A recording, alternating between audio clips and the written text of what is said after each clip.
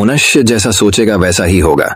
सोचने की अद्भुत शक्ति। सकारात्मक सोचेगा तो खुशी मिलेगी और नकारात्मक सोचेगा का तो दुख मिलेगा। इसके पीछे का एक अनोखा रहस्य हम आज के इस वीडियो में कहानियों के माध्यम से जानेंगे। तो बिना देर किए चलिए उन कहानियों की शुरुआत करते हैं। पहली कहानी, दुनिया जीत लो कुछ बड़ा सोचकर। हम सभी लोगों के जीवन में बड़ी सोच और मनोबल हमेशा अहम भूमिका निभाते हैं। यदि हम बड़ी सोच के साथ कोई भी काम करते हैं तो हमें उसमें सफलता प्राप्त होती है। जब हम किसी काम को करने के लिए एक बड़ी स्तर की सोच रखते हैं तो हमारे अंदर नई ऊर्जा उत्पन्न होती है और हम अपने लक्ष्य को हासिल करने में सक्षम होते हैं। एक बार एक व्यक्ति ने एक बहुत बड़ा सोचा कि वह दुनिया को जीत सकता है। इसे अपना लक्ष्य बनाकर उसने अपने जीवन का हर क्षेत्र बदल दिया। उसने समय की बर्बादी से निपटना सीखा और वह अपनी व्यक्तिगत जिंदगी को बदलने के लिए जो भी काम किया उसमें सफल रहा। वह उस वक्त से लेकर एक बहुत ही सफल व्यक्ति बन गया। उसने अपने जीवन में जो भी चुनौतियों का सामना किया उससे लड़ना सीखा और अपनी जीत को हासिल की। एक छोटे से गांव में रहने वाला लड़का था। उसे बचपन से ही अपनी बड़ी सोच के लिए जाना जाता था। वह हमेशा से ही दूसरों से अलग सोचता था और जीवन में उसकी एक इच्छा थी कि वह दुनिया जीत ले। लड़के के पास कुछ भी नहीं था, लेकिन उसकी अपनी बड़ी सोच के कारण लड़का हमेशा ऊपर उठने के लिए तैयार रहता था। उसकी बड़ी सोच उसे कुछ भी हासिल करने के लिए मदद करती थी। एक दिन लड़के को स्कूल में एक निबंध लिखना था जिसमें उसको अपने सपनों के बारे में लिखना था। लड़का ने बताया कि उसकी बड़ी सोच थी कि वह दुनिया जीतेगा। वह अपनी मेहनत, समर्पण और बड़ी सोच के माध्यम से अपनी इच्छा को पूरा करेगा। सभी लोग उस पर हंस पड़े और उसका मजाक बनाया, लेकिन लड़का हमेशा अपनी सोच के साथ खड़ा रहता था। वह अपने सपनों के लिए काम करता रहा और उसने एक दिन दुनिया जीत ली। उस लड़के ने अपनी बड़ी सोच के माध्यम से एक बड़ी कंपनी शुरू की जो बहुत तेजी से बढ़ी। उसकी सोच उसे उसके सपनों की ओर ले जाती गई और उसने उन्हें हकीकत में बदल दिया। लड़का ने अपनी कंपनी को एक नई ऊंचाई तक ले जाने के लिए बहुत से बड़े निर्णय लिए। उसने अपनी टीम के साथ तंदुरुस्ती से काम किया और अपनी बड़ी सोच के तहत काम करते रहा। लड़का के सपनों ने उसे एक नया जीवन दिया। उसने एक बड़ी कंपनी बनाकर दुनिया में अपनी पहचान बनाई और सफल हुआ। उसने अपनी बड़ी सोच के तहत न केवल अपनी जिंदगी बदली बल्कि अन्य लोगों की जिंदगी भी बदल दी। उसकी दृष्टि से दुनिया जीतना अभी भी मुमकिन है। बस हमें अपनी बड़ी सोच के साथ काम करना और उसे प्रगति के मार्ग पर ले जाना होगा। लड़के ने देखा कि उसकी बड़ी सोच उसे कमजोरियों से लड़ने की शक्ति देती है। उसकी बड़ी सोच ने उसे दुनिया की हर मुश्किल से लड़ने की ताकत दी। उसने जिंदगी में उच्च रुचि के साथ अपने सपनों की ओर बढ़ते हुए कभी हार नहीं मानी। उसने अपने काम को दिल से किया और अपनी बड़ी सोच के आधार पर किया। लड़के ने देखा कि उसकी सोच उसे अन्य लोगों की मदद करने की भी ताकत देती है। उसने एक शिक्षा प्रदान करने वाली संस्था शुरू की जो गरीब बच्चों को शिक्षा देती है। उसने देखा कि उसकी सोच अन्य लोगों की जिंदगी में एक बड़ा बदलाव ला सकती है।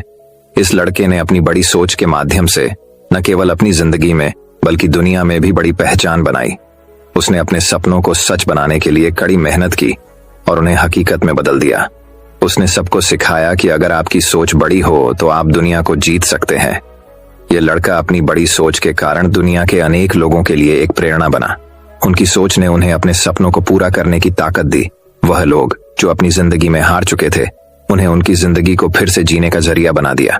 वह लोग जो किसी भी दलदल से निकलने के लिए तैयार नहीं थे उन्हें एक राहत देने का संदेश दिया। उसने अपने बड़े सपनों के लिए किसी भी समस्या का सामना किया और किसी भी हालात में हार नहीं मानी। उसने सीमाओं को पार करने का फैसला किया और जीत हासिल की। उसने लोगों को यह समझाया कि जब आप अपने सपनों को पूरा करने के लिए बड़ी सोच रखते हैं तो आप किसी भी हद तक समस्याओं का सामना कर सकते हैं। इस लड़के ने दुनिया को जीत लिया क्योंकि उसने अपनी बड़ी सोच के माध्यम से न केवल अपने सपनों को पूरा किया बल्कि दुनिया में बदलाव लाने की भी ताकत प्रदान की। वह एक प्रेरणा स्रोत बना और लोगों को सिखाया कि अगर वे बड़ी सोच करें तो सीमाएं टूटने के बाद भी सफलता हासिल की जा सकती है।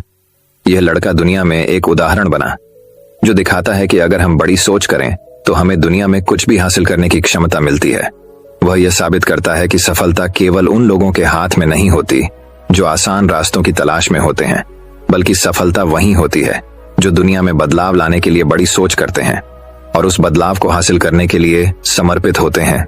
इस लड़के की कहानी हमें यह सिखाती है कि अगर हम खुद को विस्तार करने के लिए तैयार होते हैं तो हम कुछ भी कर सकते हैं। हमें अपने सपनों को पूरा करने के लिए दृढ़ता से काम करना चाहिए और हमेशा बड़ी सोच रखनी चाहिए। यह हमें दुनिया में असीमित अवसरों को खोलने की शक्ति प्रदान करती है। तो दर्शकों, चलिए अब हमारे दूसरे कहानी की शुरुआत करते हैं। दूसरी कहानी, साधु का रहस्य और आकर्षण का नियम। एक बार एडेन नाम का एक बुद्धिमान भिक्षु था जो हरे भरे पहाड़ के ऊपर एक शांत मठ में रहता था। एडेन अपने गहन ज्ञान और शांतिपूर्ण आचरण के लिए दूर दूर तक जाने जाते थे। एक दिन एक जिज्ञासु यात्री आकर्षण के नियम पर मार्गदर्शन पाने के लिए मठ में आया। यात्री के सवाल से उत्सुक होकर एडेन ने उसे एक शांत झील के दृश्य वाले भव्य ओक के पेड़ के नीचे बैठने के लिए आमंत्रित किया। भिक्षु ने एक कहानी सुनाना शुरू किया जो मठ में पीढ़ियों से चली आ रही थी। एक कहानी जिसमें आकर्षण के नियम का रहस्य था। दूर देश में लियो नाम का एक युवा चरवाहा रहता था जिसका दिल सुबह की ओस की तरह शुद्ध था। एडेन ने शुरू किया। लियो का गांव भयानक सूखे से त्रस्त था जिससे खेत बंजर हो गए और लोग निराश हो गए। चुनौतियों के बावजूद लियो आशावादी रहा और अपने विश्वास पर अटल रहा। एक दिन जब लियो अपनी भेड़ों के झुंड की देखभाल कर रहा था, उसकी नजर चट्टानों के बीच छिपे एक चमकदार क्रिस्टल पर पड़ी। क्रिस्टल ने एक मंत्रमुग्ध कर देने वाली चमक छोड़ी और जैसे ही लियो ने इसे अपने हाथों में पकड़ा, उसे अपने अस्तित्व के माध्यम से ऊर्जा की एक लहर महसूस हुई। उसे कम ही पता था कि क्रिस्टल में आकर्षण के नियम की शक्ति होती है। जैसे जैसे दिन हफ्तों में बदल गए, लियो ने अपने परिवेश में एक उल्लेखनीय बदलाव देखा। जो खेत कभी सूखे और बेजान थे, वे हरे भरे हरियाली से खिलने लगे और ग्रामीणों को नई आशा और समृद्धि मिली। लियो के नए पाए गए खजाने की बात दूर दूर तक फैल गई।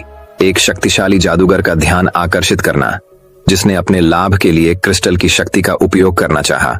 जादूगर लालच और ईर्ष्या से ग्रस्त होकर लियो से भिड़ गया और मांग की कि वह क्रिस्टल उसे सौंप दे। लियो ने अपने शुद्ध हृदय और अटूट विश्वास से निर्देशित होकर जादूगर की धमकियों के आगे झुकने से इनकार कर दिया। क्रोधित होकर जादूगर ने काले जादू की एक धारा फैला दी। लियो को नष्ट करने और क्रिस्टल पर अपना दावा करने का इरादा रखता है। हालांकि क्रिस्टल ने लियो की आंतरिक रोशनी और प्रेम को प्रतिध्वनित किया, जिससे एक सुरक्षात्मक बाधा उत्पन्न हुई जिसने उसे नुकसान से बचाया। प्रकाश की एक चकाचौंध चमक में जादूगर को परास्त कर दिया गया और भूमि पर शांति बहाल हो गई। लियो अब पूरी तरह से जागरूक है। आकर्षण की शक्ति के नियम ने उसके रास्ते में आने वाले सभी लोगों के लिए प्रचुरता और खुशी लाने के लिए क्रिस्टल का उपयोग किया। जैसे ही एडेन ने अपनी कहानी समाप्त की, यात्री आश्चर्यचकित रह गया। उसे कहानी के भीतर छिपी गहरी सच्चाई का एहसास हुआ।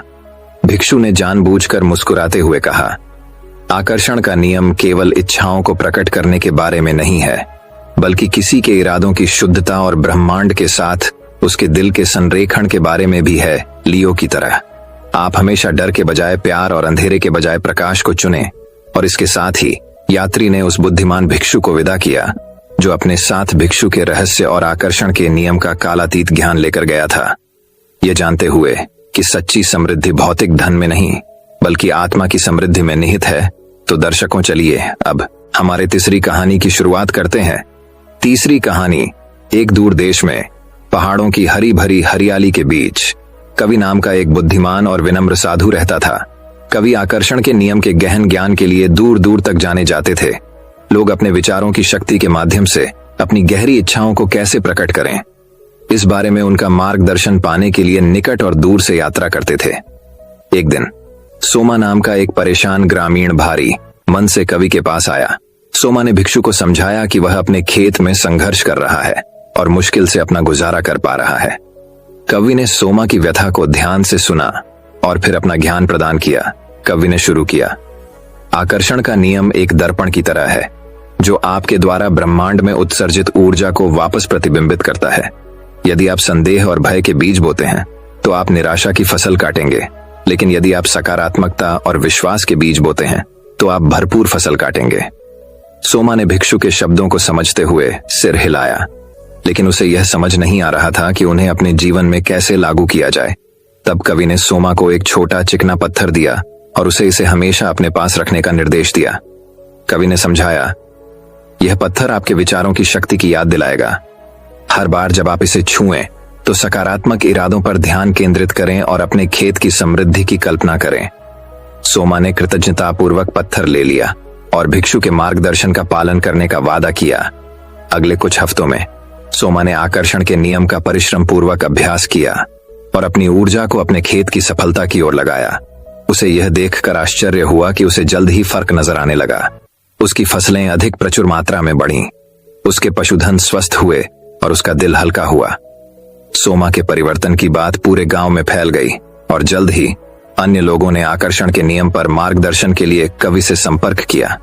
भिक्षु ने उन सभी का खुली बाहों से स्वागत किया, अपना ज्ञान साझा किया और बेहतर वास्तविकता बनाने के लिए अपने विचारों की शक्ति का उपयोग करने में उनकी मदद की।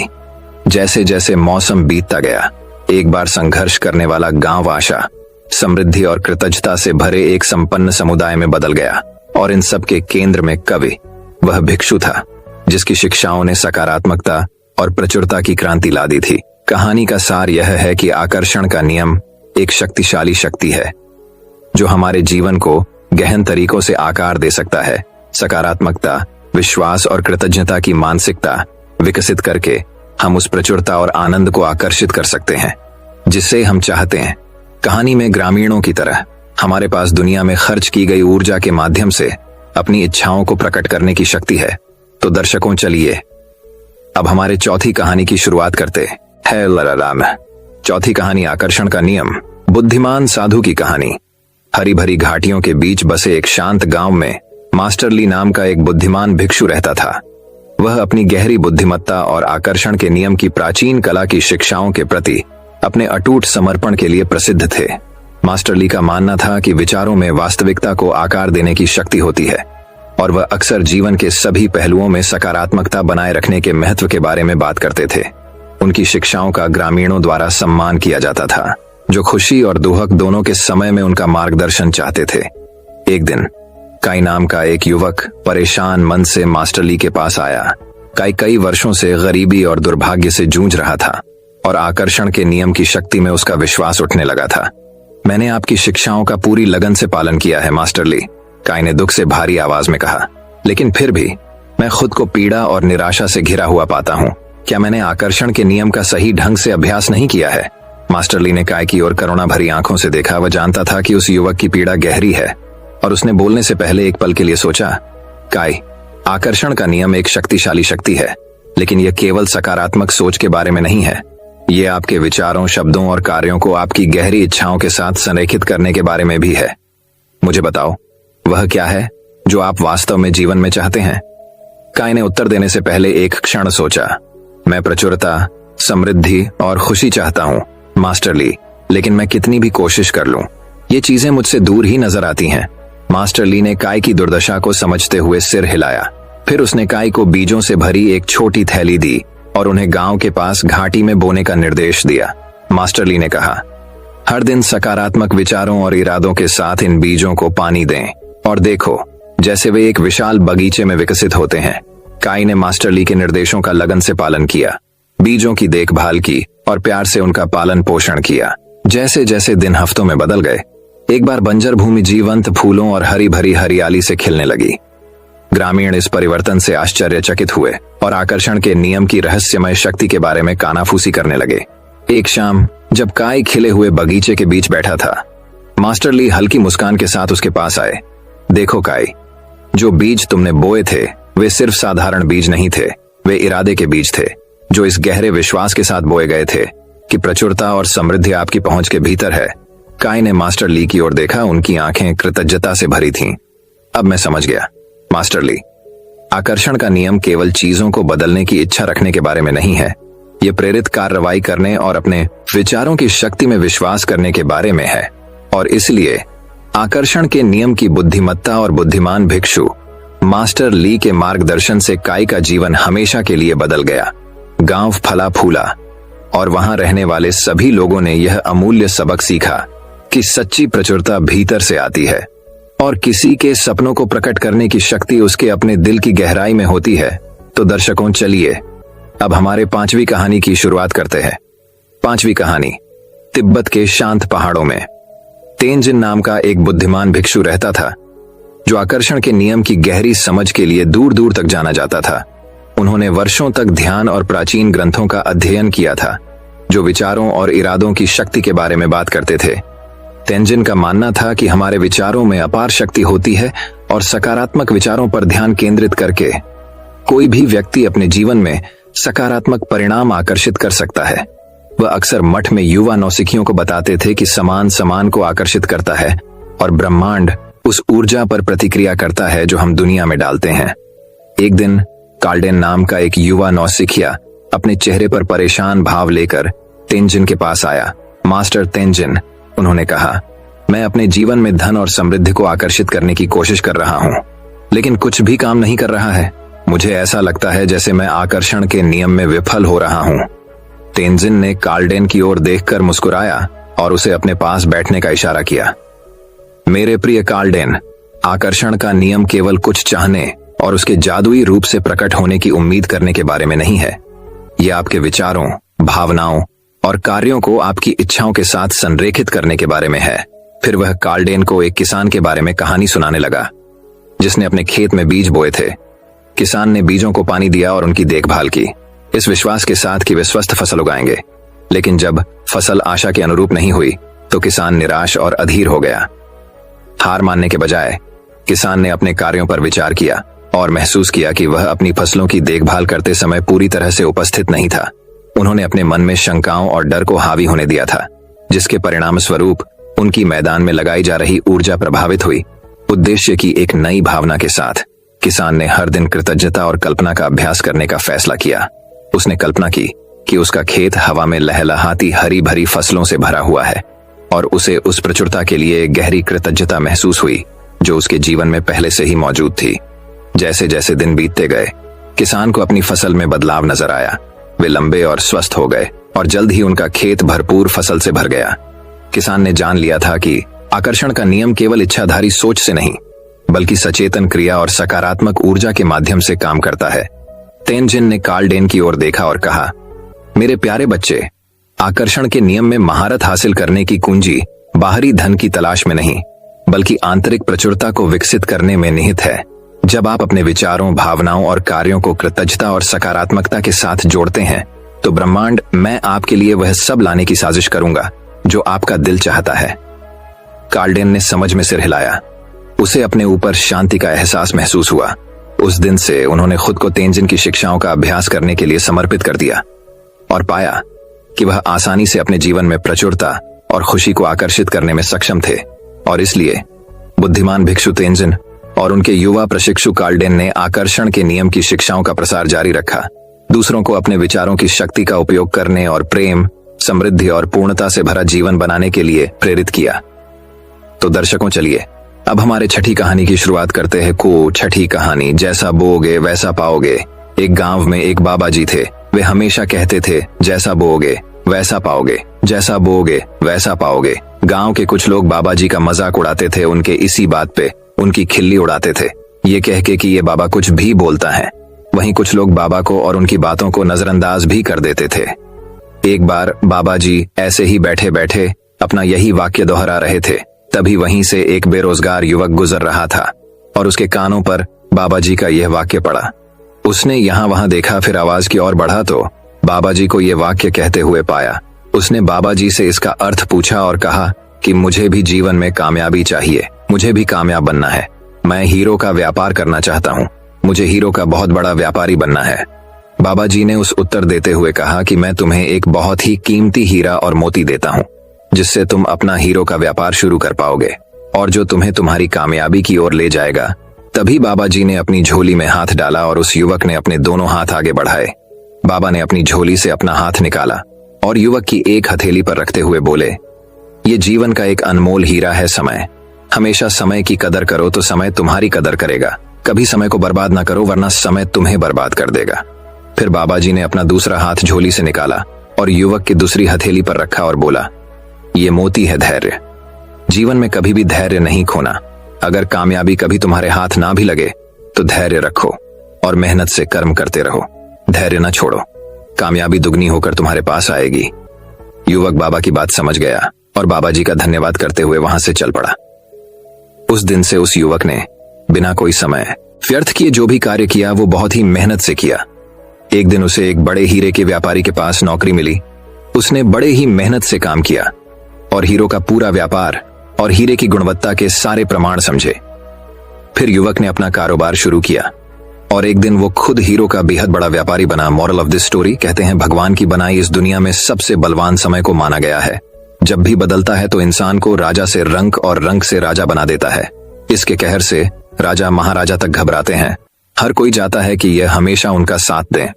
तो हमें भी समय को कभी भी बुरी चीजों में व्यर्थ नहीं करना चाहिए और समय का सही उपयोग करके जीवन को सफल बनाना चाहिए। तो दर्शकों, चलिए अब हमारे 7वीं कहानी की शुरुआत करते हैं। 7वीं कहानी की जगह कुछ सकारात्मकता के ऊपर उपाय। जैसा सोचोगे वैसा बनोगे। पहला उपाय, आप अपनी सोच को बदलो। आपको सुनकर आश्चर्य होगा कि आप जैसा सोचते हैं ठीक वैसा ही आपके जीवन में घटित होने लगता है। नजरें बदलो तो नजारे बदल जाएंगे। जीवन में आने वाली हर परेशानी एवं सुख दुख का कारण के लिए हम स्वयं जिम्मेदार हैं, जो केवल हमारे मन के अंदर निर्माण किए संकल्प की वजह है। कोई कहते हैं सुख और दुख देने वाला तो भगवान है, लेकिन भगवान न हमें सुख देता है न दुख देता है। अगर ऐसा हो भी जाए तो वह भी कर्म बंधन में आ जाएगा, किंतु परमात्मा कर्म बंधन से मुक्त है। जब आप नेकी के राह पर चलते हैं तब भगवान आपको सुख का रास्ता अवश्य बताता है, लेकिन कर्म तो हमें ही करना है। बाकी आपकी सकारात्मक सोच बहुत महत्वपूर्ण है, जो आपका भविष्य की नींव रखती है। अगर आप नकारात्मक सोच रखते हो तो ठीक उसी प्रकार की फ्रीक्वेंसी आपके आस पास बन जाएगी, और अगर आप सकारात्मक सोच रखते हो तो आपके आसपास सकारात्मक आभा मंडल बनता जाएगा। कहने का तात्पर्य यही है कि अगर आप अपनी तकदीर बदलना चाहते ही जैसी चाहे आपकी तकदीर बदल सकते हो। आपके पास एक विकल्प है कि मैं किस तरह सोच का चुनाव करता हूं। जो स्वयं आप करना चाहते हो उसी तरह आप अपने जिंदगी में अनुभव करने लगेंगे। यदि आप अपनी जिंदगी में बहुत बड़ा सकारात्मक परिवर्तन करना चाहते हो तो सबसे पहले अपनी सोच को बदले। इसके लिए आपको अपने अंदर आने वाले हर विचार पर निगरानी रखनी होगी। आपको अपने विचारों के प्रति हमेशा जागरूक बनना पड़ेगा। आप हमेशा अपने अच्छे विचारों को चुनें और स्वयं को संकल्प दे कि मैं अपने विचारों का मालिक हूं। आप अपने विचार बार बार दोहराइए।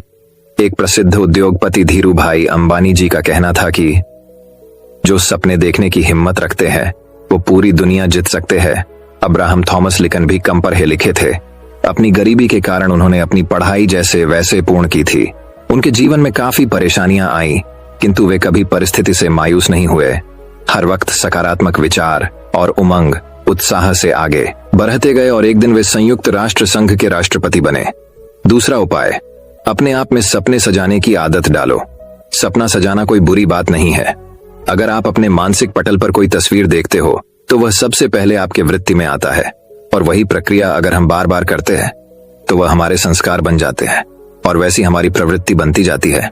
तो हमारे मानसिक तस्वीर की प्रक्रिया की प्रबल शक्ति का कारण यह है कि जब आप दिमाग में मनचाही चीजों के साथ आप तस्वीर बनाने लगते हो तो आपके मन के भाव जागृत होते जाते हैं, और यह भावनाएं जितनी सशक्त होंगी उतनी ब्रह्मांडीय शक्ति आपके लिए सकारात्मक वायुमंडल बना देगी। राइट ब्रदर ने ठान ली थी कि आखिर हमें आकाश में उड़ना ही है। सन 1903 में उनकी मेहनत कामयाब हुई और दुनिया का सबसे पहला हवाई जहाज की निर्मित हुई। तीसरा उपाय, अपने दिमाग को शांत रखे। अपने मस्तिष्क पर विजय पाने का एक मजेदार तरीका है। अपने दिमाग को शांत रखिए। उसके लिए नित्य सुबह शाम आधा घंटा मेडिटेशन करें। मेडिटेशन से विचारों को नियंत्रित करने में मदद मिलती है और सारा शरीर चार्ज हो जाता है, जिसके कारण दिन भर स्फूर्ति रहती है। व्यर्थ विचार और नकारात्मक विचारों का परहेज करें। ऐसे माहौल से दूर रहे, झूठी बातें, झूठा व्यवहार न करें, जिसके कारण मन अधिक मात्रा में तर्क वितर्क करता है। एक झूठ छिपाने के लिए मन 1000 विचारों की सलाह लेता है, और सच बोलने वालों को बस एक बार ही कहना पड़ देता है, और उसका मन कोई तर्क वितर्क नहीं करता। हमारे आशी मुनि के वाणी में इतना पावर होता था कि वह जो कहे सत्य हो जाता था। सत्य बोलने से वाणी की सिद्धि अपने आप प्राप्त होती है और हमारी संकल्प शक्ति बढ़ती है, जिसके कारण हमारे केवल एक संकल्प मात्र से सफलता मिल जाती है। चौथा उपाय, अपने आप पर यकीन करें। आप पहले अपने प्रति यकीन करना सीखें।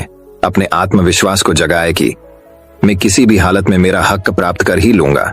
जीवन में जो चीज आपको चाहिए उसके लिए ऐसा पूरे विश्वास के साथ समझे कि ये चीज अब मेरी हो चुकी है, मैं उसका हकदार हूं और मैं उसका मालिक हूं।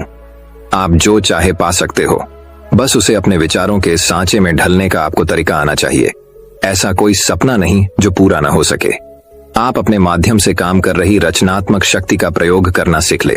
उसके कारण आप अपने पाने के दरवाजे ज्यादा खोल लेते हैं आप जब बीमार पड़े रहते हो, तब जब आप ऐसे डॉक्टर के पास जाते हो जिन पर आपका 100% यकीन है, वे अगर आपको एक शुगर की गोली देकर बड़े विश्वास के साथ कहे आप बिल्कुल ठीक हो जाएंगे, आपकी डॉक्टर के प्रति आस्था आपको ठीक कर देगी। 5वां उपाय, प्राप्ति की महसूसता करें। जो चीज आप पाना चाहते हैं उसके बारे में ऐसा सोचें कि वह चीज आपको मिल गई। मनचाही चीजों की साकार कल्पना करें। इस प्रक्रिया को अच्छा महसूस करते समय आप स्वयं को उसी फ्रिक्वेंसी पर रखते हो जहां पर आपकी मनपसंद चीज है।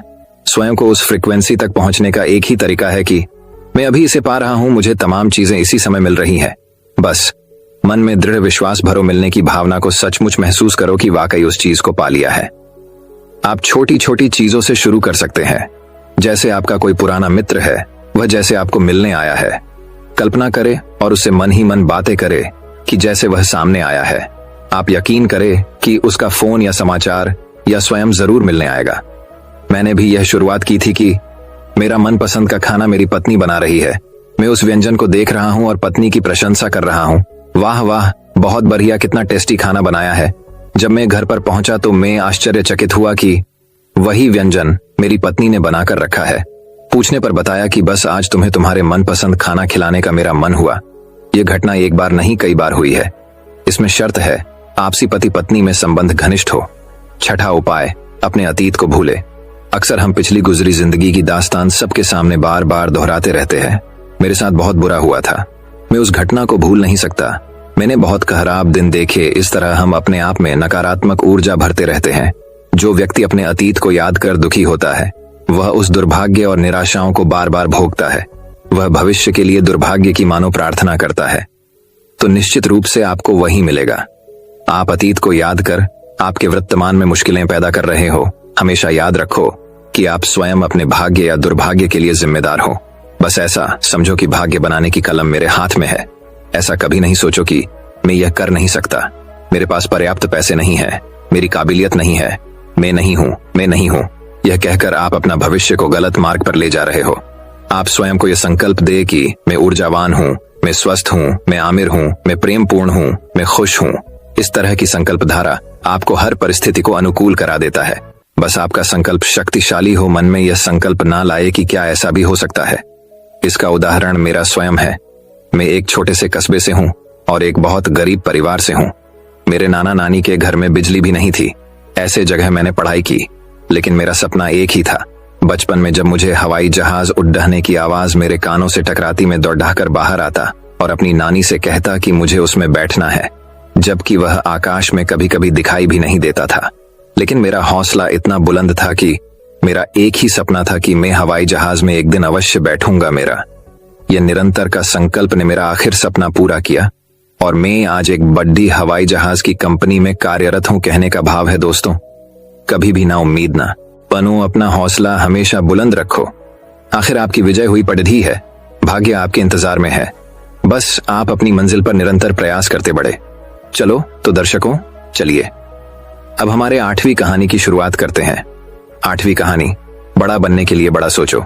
अत्यंत गरीब परिवार का एक बेरोजगार युवक नौकरी की तलाश में किसी दूसरे शहर जाने के लिए रेलगाड़ी से सफर कर रहा था। घर में कभी कभार ही सब्जी बनती थी, इसलिए उसने रास्ते में खाने के लिए सिर्फ रोटियां ही रखी थीं। आधा रास्ता गुजर जाने के बाद उसे भूख लगने लगी और वह टिफिन में से रोटियां निकालकर खाने लगा। उसके खाने का तरीका कुछ अजीब था। वह रोटी का एक टुकड़ा लेता और उसे टिफिन के अंदर कुछ ऐसे डालता मानो रोटी के साथ कुछ और भी खा रहा हो, जबकि उसके पास तो सिर्फ रोटियां थीं। उसकी इस हरकत को आसपास के और दूसरे यात्री देखकर हैरान हो रहे थे। वह युवक हर बार रोटी का एक टुकड़ा लेता और झूठ मूठ का टिफिन में डालता और खाता। सभी सोच रहे थे कि आखिर वह युवक ऐसा क्यों कर रहा था। आखिरकार एक व्यक्ति से रहा नहीं गया और उसने उससे पूछ ही लिया कि भैया तुम ऐसा क्यों कर रहे हो, तुम्हारे पास सब्जी तो है ही नहीं, फिर रोटी के टुकड़े को हर बार खाली टिफिन में डालकर ऐसे खा रहे हो मानो उसमें सब्जी हो। तब उस युवक ने जवाब दिया, भैया इस खाली ढक्कन में सब्जी नहीं है, लेकिन मैं अपने मन में यह सोच कर खा रहा हूं कि इसमें बहुत सारा अचार है, मैं अचार के साथ रोटी खा रहा हूं। फिर व्यक्ति ने पूछा, खाली ढक्कन में अचार सोचकर सूखी रोटी को खा रहे हो तो क्या तुम्हें अचार का स्वाद आ रहा है? हाँ बिल्कुल आ रहा है, मैं रोटी के साथ अचार सोचकर खा रहा हूं और मुझे बहुत अच्छा भी लग रहा है, युवक ने जवाब दिया। उसके इस बात को आसपास के यात्रियों ने भी सुना। और उन्हीं में से एक व्यक्ति बोला, जब सोचना ही था तो तुम अचार की जगह पर मटर पनीर सोचते, शाही गोभी सोचते, तुम्हें इनका स्वाद मिल जाता। तुम्हारे कहने के मुताबिक तुमने अचार सोचा तो अचार का स्वाद आया, तो और स्वादिष्ट चीजों के बारे में सोचते तो उनका स्वाद आता। सोचना ही था तो भला छोटा क्यों सोचे? तुम्हें तो बड़ा सोचना चाहिए था मित्रों। इस कहानी से हमें यह शिक्षा मिलती है कि जैसा सोचोगे वैसा पाओगे। छोटी सोच होगी तो छोटा मिलेगा, बड़ी सोच होगी तो बड़ा मिलेगा।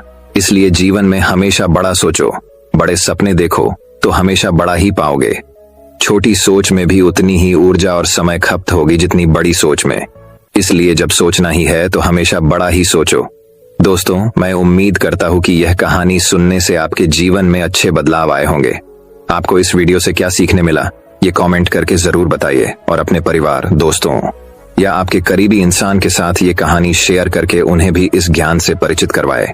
बाकी अगर आपको यह वीडियो दिल से अच्छी लगी हो तभी इस वीडियो को लाइक कर देना, और आपने अब तक इस चैनल को सब्सक्राइब न किया हो तो चैनल को सब्सक्राइब भी जरूर कर देना। आपका हर दिन शुभ हो और खुशियों से आपका जीवन भरा रहे। धन्यवाद। नमो बुद्धाय।